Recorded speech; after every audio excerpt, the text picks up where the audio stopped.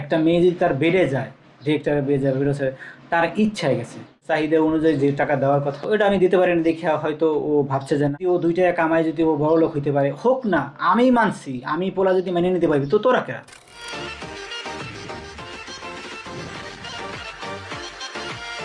আর মানুষ শুটিংয়ে গেলেই যে মানুষ অবৈধ কাজে যাবে, মিডিয়ায় কাজ করলেই যে মানুষ অবৈধ হয়ে যাবে, তাহলে তো মিডিয়া ভালো থাকতো না। আজকে যে এই যে বিভিন্ন মানুষ কন্টেন্ট ক্রিয়েটর দেখলাম খালি মিডিয়ার বদনাম দেয়, প্রোডিউসারের বদনাম দেয়, ডিরেক্টরের বদনাম দেয়। এখন একটা মেয়ে যদি খারাপ হয়, তাইলে তো মনে করেন আপনার তার ইচ্ছাই হয়েছে। একটা মেয়ে যদি তার বেড়ে যায়, ডিরেক্টরের বেড়েছে, তার ইচ্ছায় গেছে, এখানে তো কারো জোর নাই। ও কেউ বলতে পারো যে ওই ডিরেক্টরটা আমি জোর করে নিয়ে গেছি, তাহলে তো নগদ আলোচনা হয়ে যাবে। এখন যার যার ব্যক্তিগত বিষয়, এটাতে ভাই তোমাদের মনে করেন এখানে নাক গলানোর কী দরকার? কে কি করতেছে, কোথায় হাগু দিতেছে, কোথায় মুতে দিতেছে, এবার এটা তোমাদের খোঁজার কী দরকার? তোমাদের বাচ্চা কেমন আছে, তোমার বউ, ঘরের বউ কেমন আছে, তুমি কেমনে 2 টাকা ইনকাম করবো, তোমরা থাকবা সেই চিন্তায়। তোমরা কি করো, মানুষে কি করছে না করছে এটা নিয়ে সবসময় আলোচনা করো। তোমাদের টাকার দরকার, মানে টাকা ভালোভাবে ভালোভাবে হালাল করে টাকা ইনকাম করো, আল্লাহর কাছে তুমি যাও। তুমি যে ওই সাধু সাজো না, মনে করো একদম মানুষের বললে তুমি তো অবৈধ টাকা ইনকাম করো। ভালো আছে, যেমন আমি ভালো আছি, আমি এখন একটা প্রতিষ্ঠান দিছি, একটা অফিস দিছি, এখানে আমি নিয়মিত কাজ করতেছি।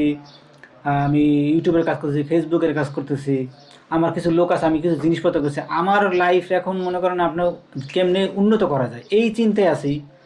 ওর জায়গা থেকে যদি ও 2 টাকা কামায় যদি ও বড় লোক হইতে পারে, হোক না, আমি মানছি, আমি পোলা যদি মেনে নিতে পারবি তো তোরা কেরা। আমি ভালো আছি, আমি আলহামদুলিল্লাহ ভালো আছি, তো তোরা কারা? তোরা নিয়ে এটা নিয়ে মনে কোনো কথা বলবি কেন?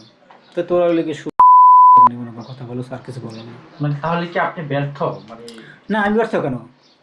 আমি ব্যর্থ কেন? আমি যেমন মনে করেন একজন পুরুষ যখন মনে করেন এই যে বাংলাদেশে মনে করেন হাজার হাজার সংসার ভাঙতেছে না, যেমন মনে করেন